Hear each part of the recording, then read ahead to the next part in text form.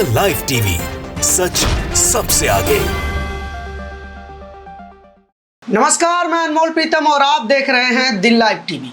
एक तरफ the Kashmir file film ने 207 करोड़ से ज़्यादा की कमाई कर ली है, तो वहीं दूसरी तरफ प्रधानमंत्री से लेकर तमाम राज्यों के मुख्यमंत्री तक इस फिल्म का प्रमोशन कर रहे हैं। तो वहीं इस फिल्म के डायरेक्टर विवेक अग्निहोत्री कुछ ऐसे बयान दे रहे हैं जो ना सिर्फ आपत्तिजनक हैं बल्कि मानवता को शर्मसार करने वाले भी हैं। कुछ ऐसे बयान हैं जो ऐसी टिप्पणियां हैं जिन पर अगर गहराई से सोचा जाए तो हमें पता चलता है कि विवेक अग्निहोत्री दरअसल किस मानसिकता के व्यक्ति हैं। उनकी पूरी मानसिकता और उनके पूरे बयानों का विश्लेषण करेंगे, लेकिन उससे पहले आप ये वीडियो देख लीजिए। अब चढ़ गया है।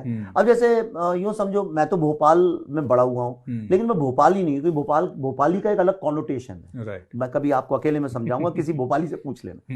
किसी को बोले ये भोपाली है, उसका मतलब जनरली होता है कि ये होमोसेक्सुअल है। अच्छा। हाँ, नवाबी शौक वाला व्यक्ति। इस वीडियो में देखा होगा आपने कि किस तरह से विवेक अग्निहोत्री एक इंटरव्यू के दौरान भोपाल के लोगों का मतलब, भोपाली होने का मतलब होमोसेक्सुअल होना बता रहे हैं। होमोसेक्सुअल होने को गलत मानना और होमोसेक्सुअलिटी पर इस तरह से हंसना अपने आप में आपत्तिजनक है, लेकिन एक पूरे शहर के लोगों को इस तरह से होमोसेक्सुअल बताकर ठहाके लगाना कहाँ तक सही है। यह ना सिर्फ मानवता विरोधी है बल्कि ये कहीं ना कहीं भोपाल के लोगों का भी अपमान है। आप एक पूरे शहर के लोगों को होमोसेक्सुअल बता दे रहे हैं। किसी भी व्यक्ति की आइडेंटिटी के तमाम रंग होते हैं, उसमें उसका धर्म होता है, उसकी जाति होती है, उसकी संस्कृति होती है, और जहाँ से जिस क्षेत्र से होता है वो क्षेत्र भी उसकी आइडेंटिटी में एक अहम भूमिका निभाता है। उसी तरह से कोई व्यक्ति अगर भोपाल से है और वो विवेक अग्निहोत्री से मिलता है तो विवेक अग्निहोत्री ये मान के चलते हैं कि वो व्यक्ति होमोसेक्सुअल है, जबकि होमोसेक्सुअलिटी एक नेचुरल फिनोमिना है। जैसे हेट्रोसेक्सुअलिटी है उसी तरह से होमोसेक्सुअलिटी है, लेकिन इस तरह की बातें करना और होमोसेक्सुअलिटी को एक मजाक के तौर पर लेना और इसको एक अपमानजनक शब्द की तरह इस्तेमाल करना भी गलत माना जाता है। लेकिन विवेक अग्निहोत्री तो विवेक अग्निहोत्री हैं, वो जो बोल दे वही आजकल सच माना जा रहा है। इसलिए विवेक अग्निहोत्री के तमाम इस्लामोफोबिक बयानों के बावजूद अब एक नया बयान आ गया है जो उनको होमोफोबिक भी दिखाता है कि किस तरह से वो एक खास शहर के लोगों को होमोसेक्सुअल बता रहे हैं। ऐसे में कई सवाल हैं, कई बातें हैं, वो सब बातें हम आपके सामने रखेंगे, लेकिन इस पर पॉलिटिक्स भी शुरू हो गई है। और पॉलिटिक्स शुरू हो गई है तो एमपी कांग्रेस के नेता और कांग्रेस में मंत्री रह चुके दिग्विजय सिंह बता रहे हैं, वो बोल रहे हैं, इस पर टिप्पणी कर रहे हैं कि विवेक अग्निहोत्री जी, यह आपका अपना निजी अनुभव हो सकता है, यह आम भोपाल निवासी का नहीं है। मैं भी भोपाल और भोपालियों के संपर्क में 77 से हूँ, लेकिन मेरा तो यह अनुभव कभी नहीं रहा। आप कहीं भी रहें, संगत का असर तो होता ही है।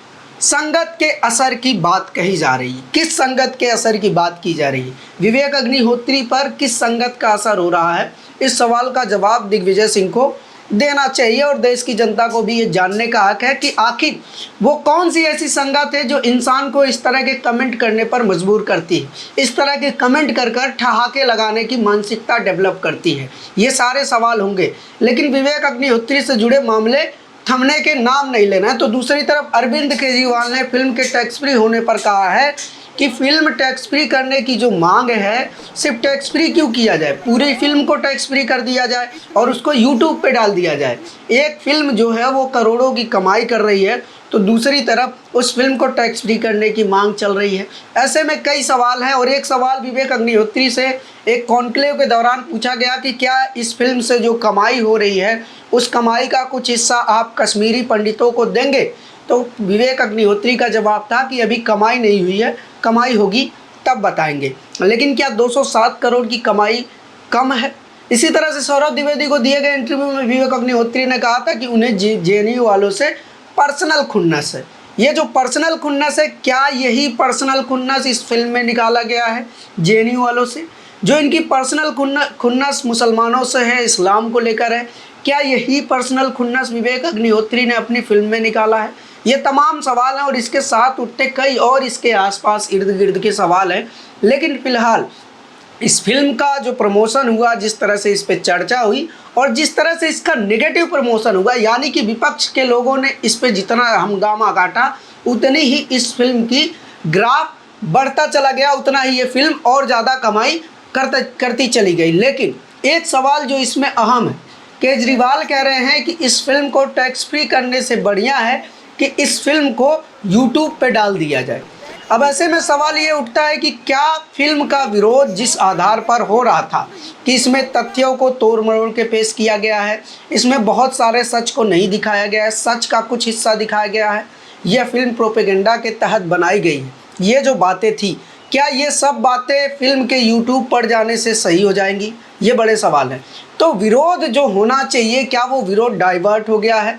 अब फिल्म का, अब जो विपक्ष के लोग इस फिल्म के मंशा पर, इस फिल्म के फैक्ट पर, इस फिल्म के बनाने के उद्देश्य पर सवाल उठा रहे थे, क्या अब वो सारे सवाल डाइवर्ट होकर फिल्म के प्रमोशन में लग गए हैं कि इसको यूट्यूब पर डाल दिया जाए? केजरीवाल के बयान को देखकर तात्कालिक रूप से आपको ये अच्छा लग सकता है, मन को अच्छा लग सकता है, लेकिन अगर आप इस बयान के डीप में जाएंगे तो आपको लगेगा कि बात तो ये नहीं थी, बात तो फिल्म के प्रोपेगेंडा पे हो रही थी, बात तो फिल्म के और तथ्यों पर हो रही थी, लेकिन यहाँ तो फिल्म को प्रमोट करने के नए नए आइडियाज़ दिए जा रहे हैं, यूट्यूब पे डालने की बात कही जा रही है। तो कहीं ना कहीं विपक्ष को भी ये बात सोचने की ज़रूरत है और जो लोग इस फिल्म को लेकर विरोध कर रहे थे उनको भी सोचने की ज़रूरत है कि फिल्म का विरोध करते करते आप फिल्म का प्रमोशन तो नहीं करने लगे हैं। ये सारे सवाल हैं। रही बात विवेक अग्निहोत्री की, तो विवेक अग्निहोत्री ऐसा पहली बार नहीं है जब उन्होंने कुछ इस तरह का बयान दिया है। अभी कुछ दिन पहले वो एमपी के ही एक आईएएस अधिकारी से भिड़ गए थे, जब एमपी के एक आईएएस अधिकारी ने सवाल उठा दिया कि कश्मीरी पंडितों पर फिल्म बनी तो ठीक है, लेकिन मुसलमानों के कत्लेआम पर भी फिल्में बनना चाहिए और इस फिल्म से जो कमाई हो रही है उसका कुछ हिस्सा कश्मीरी पंडितों के बच्चों के लिए स्कूल और उनके लिए आवास और संसाधन मुहैया कराने के लिए खर्च किया जाना चाहिए। इस पर विवेक अग्निहोत्री इस आईएएस से भी भिड़ गए थे। वहीं हरियाणा के एक बीजेपी नेता ने फिल्म की फ्री में स्क्रीनिंग करने की घोषणा की, तो विवेक अग्निहोत्री ने हरियाणा के मुख्यमंत्री मनोहर लाल खट्टर से अपील कर दी कि इस नेता के खिलाफ कार्रवाई कीजिए, ये फिल्म का फ्री में दिखाना, फ्री में इसका दुरुपयोग है, ये कला का गलत इस्तेमाल है। तो एक तरफ विवेक अग्निहोत्री का लगातार ध्यान है कि फिल्म की कमाई पर कोई असर ना हो, फिल्म की कमाई लगातार बढ़ती जाए, तो दूसरी तरफ वो क्रांति का मसाल भी लेकर घूम रहे हैं कि हम कश्मीरी पंडितों का कल्याण कर रहे हैं। कल्याण कितना हो रहा है और इस फिल्म के ज़रिए कौन कमा रहा है और कौन राजनीतिक रोटियां सेक रहा है, ये बड़े सवाल हैं। और कश्मीरी पंडितों को क्या मिल रहा है, ये विश्लेषण करने की ज़रूरत है। खैर, ये तमाम बातें, ये तमाम विश्लेषण, ये तमाम खबरें हम आपके लिए लाते रहेंगे। इसके लिए आपको लाइव टीवी को लगातार देखते रहना होगा। और साथ ही साथ मैं आपको बताता चलूँ कि आज उत्तर प्रदेश के लखनऊ के इकाना स्टेडियम में योगी आदित्यनाथ दोबारा मुख्यमंत्री की शपथ लेने वाले हैं।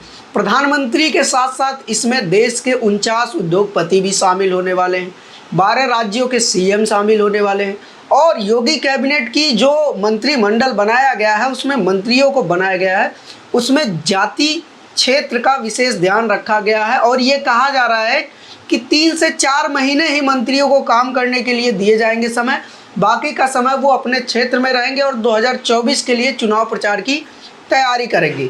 तो सरकार बनी नहीं, अगले चुनाव की तैयारी भी शुरू हो गई है। यानी कि योगी आदित्यनाथ चुनाव जीतकर तो आ गए, लेकिन अगले चुनाव के मिशन पर लगातार तैयार हैं। जिन मंत्रियों को जनता की सेवा में 24 घंटे लगाने चाहिए थे, अब वो 3 महीने बाद फिर से मोदी जी की सेवा में 3 समय लगाएंगे। ये सारे सवाल हैं, उन सब सवालों के साथ हम लगातार आपके साथ हाजिर होते रहेंगे। ऐसी तमाम खबरें और अपडेट के लिए आप जुड़े रहिए हमारे साथ और देखते रहिए द लाइव टीवी। शुक्रिया। द लाइव टीवी, सच सबसे आगे।